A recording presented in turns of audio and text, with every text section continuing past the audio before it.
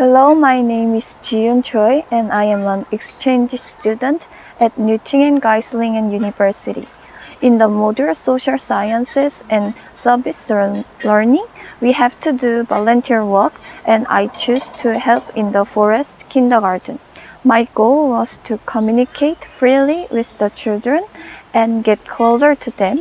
During the semester, my German improved and I got closer to the kids.